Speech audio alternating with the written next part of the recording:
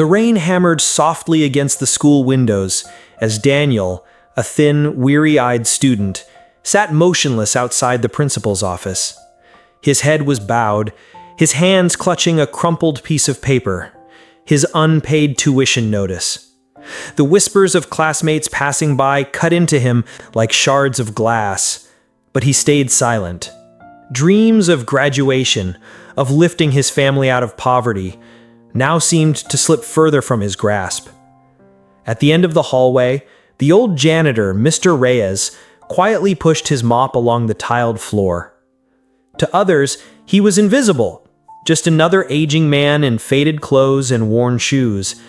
But his eyes lingered on Daniel, catching the tremor in the boy's shoulders, the quiet despair he tried to hide. Something stirred in Mr. Reyes's heart. Without saying a word, he knew this boy's battle was one he could not allow him to fight alone. Before we dive into the story, we'd love to know where you're joining us from. Leave a comment below. And if this story resonates with you, give that like button a tap. It really helps us grow and share more content like this with you. We appreciate you being here, and now, let's get into the story. Mr. Reyes had lived most of his 60 years in silence.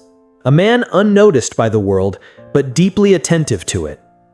Each morning before the sun rose, he would unlock the school gates, sweep away the fallen leaves, and mop the floors that countless young feet would later rush across.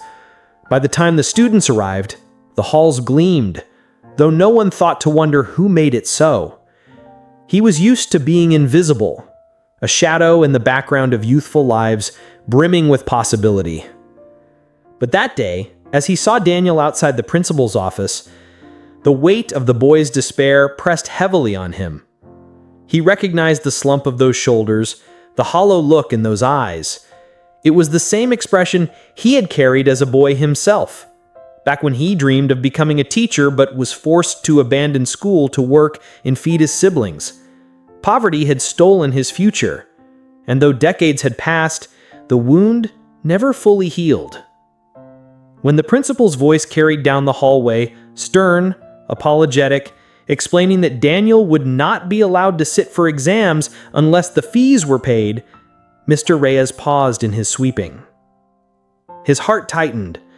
He couldn't bear to watch another young dream collapse under the same weight that had once crushed his own. That night, in the small room he rented behind the school, he emptied the contents of his metal box. Inside were his meager savings, coins and crumpled bills he had collected over years of repairing broken shoes, patching uniforms, and denying himself small comforts. It wasn't much, but it was enough to cover Daniel's overdue tuition. He stared at the money for a long time, torn between his survival and the boy's future. He lived, sometimes too simply, skipping meals to stretch his wages, yet he thought of Daniel's hunched frame, the hopelessness in his eyes. The next morning, Mr. Reyes walked into the bursar's office.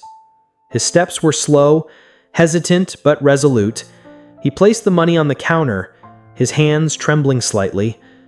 "Whose account shall I credit this to?" the clerk asked, surprised. "Daniel Santos. But please, don't tell him. Let him think it was taken care of somehow." The clerk raised an eyebrow, but nodded, sensing the weight of the older man's request. As Mr. Reyes walked away, he felt no pride, no sense of accomplishment, only relief. He knew Daniel might never discover the truth, and that was fine with him. To him, genuine kindness was not about being seen or remembered. It was about being authentic. It was about giving without expecting anything in return. That evening, as he swept the empty halls again, Mr. Reyes allowed himself a small smile. For once, he felt as though his life had come full circle, not through the dreams he had lost, but through ensuring that another young man's dreams would live. Daniel never knew who had paid his tuition.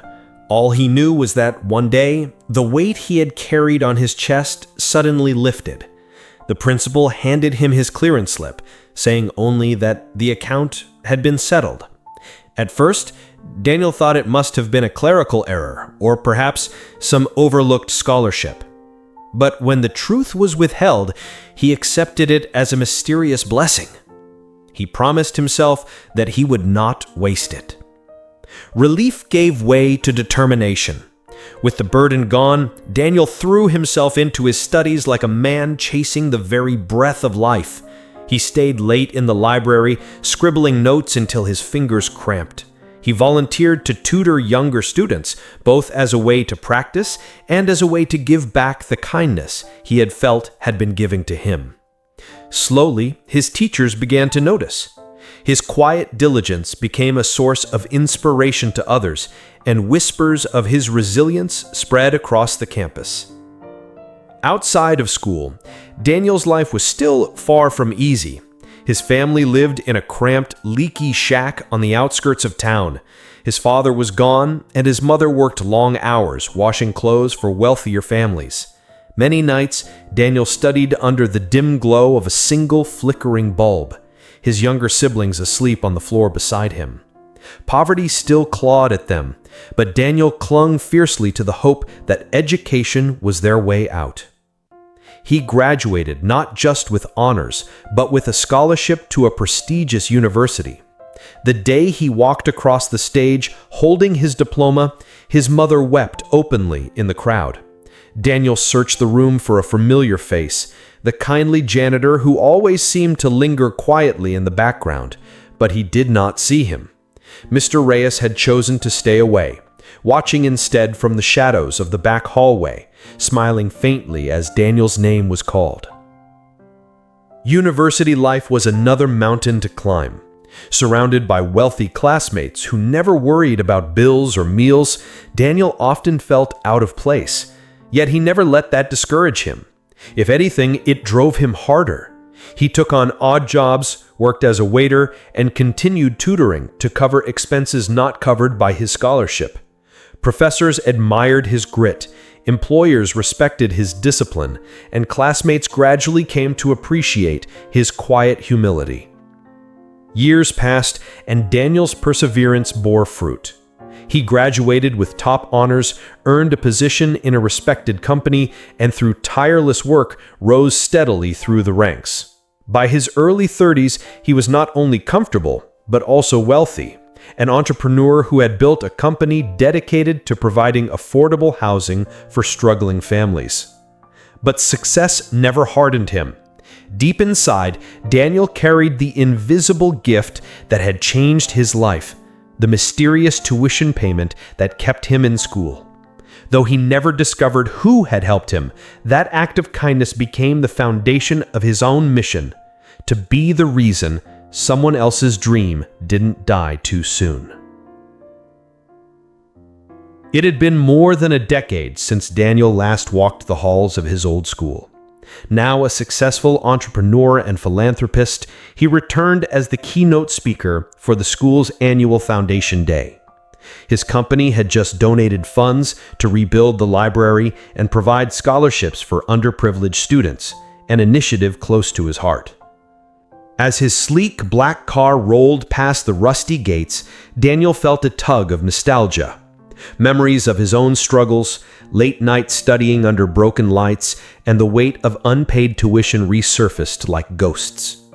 He smiled faintly, humbled by how far life had carried him. The auditorium buzzed with excitement. Teachers he once feared now looked at him with pride, and students whispered as he passed, their eyes wide with admiration. Daniel delivered his speech passionately, urging the young to believe in the power of perseverance and the quiet strength of kindness. His words stirred the crowd, but deep down he felt an ache, a lingering question of who had once believed in him when he was at the brink of giving up. After the ceremony, he decided to wander the school grounds alone. He walked past the library, the science wing, and finally down the long corridor where he had once sat with a notice of unpaid fees crumpled in his hand. His steps slowed as memories flooded back. And then, almost hidden in the far corner, he saw him. Mr. Reyes, the janitor. His hair was thinner, whiter now, and his frame had grown even stuper. He was still pushing the same old mop along the hallway, moving with the patience of a man who had lived his life in service without complaint. Daniel froze. He hadn't thought about Mr. Reyes in years. However, suddenly the image of the older man standing quietly in the hallway during his darkest days came rushing back. Back then, he hadn't paid attention. Mr. Reyes had been invisible, like the faded paint on the walls, always there, but never truly seen. "Sir?" Daniel called out softly. Mr. Reyes lifted his head, his tired eyes blinking in surprise. For a moment, he didn't recognize the well-dressed man standing before him, but when Daniel smiled, the recognition slowly dawned and a flicker of warmth lit the janitor's face. "Daniel, is that you?" "Yes, sir," Daniel replied, his voice catching slightly. "It's me. I came back." The old janitor chuckled, leaning on his mop for support. "You've done well, Daniel. I always knew you would." Something in the way Mr. Reyes said it lingered in Daniel's mind. It wasn't the casual pride of an acquaintance. It was deeper, almost knowing. Daniel felt his chest tighten, as though a hidden truth lingered just beyond his reach. For the first time in years, Daniel truly saw the man standing before him, not as a janitor, but as someone who had always been there, quietly watching, believing. And he couldn't shake the feeling that this meeting was no mere coincidence. That night, after the celebration, Daniel couldn't shake the image of Mr. Reyes. The way the janitor had looked at him, with pride that felt almost paternal, stirred an unease in his heart. It was as if the older man knew something Daniel did not. The next morning, Daniel returned to the school earlier than planned. He wanted to see the classrooms once more, perhaps even catch Mr. Reyes before the day's duties swallowed him again. As he walked through the administration office, an old dusty ledger lying half open on a desk caught his eye. Out of idle curiosity, Daniel flipped through it. His heart nearly stopped when he saw his own name written in the faded ink of years past. Next to the entry of his unpaid tuition fees was a single note, paid in full by Reyes, maintenance staff, confidential. Daniel's fingers trembled as he traced the words. For years he had believed his tuition had been covered by some clerical miracle or forgotten scholarship, but now the truth stood before him, undeniable. It wasn't a chance, it wasn't luck, it was the quiet sacrifice of a man no one ever noticed. Tears blurred his vision as the reality sunk in. His entire journey, every lecture attended, every book studied, every step that carried him from poverty to success was built on the foundation of that single act of kindness. And all along, the man responsible had been sweeping hallways, unseen, unthanked. Daniel sought out Mr. Reyes immediately. He found him in the courtyard, carefully trimming the weeds that had grown around the flagpole. For a long moment, Daniel stood there, overwhelmed and unable to speak. Finally, he knelt beside the older man, his voice breaking. "Sir, it was you. It was you all along. You paid my fees." Mr. Reyes stiffened, startled, then sighed deeply. His weathered face softened into a humble smile. "Ah, you found out." "But why?" Daniel's voice cracked. "You barely had enough for yourself. Why would you do that for me?" The janitor set down his shears, wiping his hands on his faded trousers. "Because I saw myself in you. Once I dreamed of finishing school. But life had other plans. When I saw you sitting there ready to give up, I couldn't let it happen. If one sacrifice could keep your dream alive, then it was worth more than anything I could ever buy for myself." Daniel's tears spilled freely. He took the older man's hand in both of his, gripping it tightly. You didn't just change my life. You gave me everything. Everything I am today began with you. Mr. Reyes shook his head gently. No, Daniel, you built your life. I only opened a door. You walked through it. Yet in that moment, Daniel realized the truth. Wealth wasn't measured in money. It was estimated in love, in sacrifice, in the lives touched by selflessness. And the wealthiest man he knew was standing right before him in worn shoes and calloused hands. A week later, the school gathered once more, this time for a ceremony unlike any they had ever seen. Students, teachers, and alums filled the auditorium, whispering curiously about the event Daniel had insisted on organizing. At the center of it all stood Mr. Reyes, shifting nervously in his worn shoes, unused to such attention. Daniel took the stage, his voice steady but filled with emotion.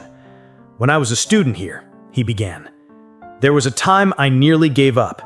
My tuition was unpaid, my dreams nearly lost. But someone who asked for no recognition, no thanks, sacrificed for me.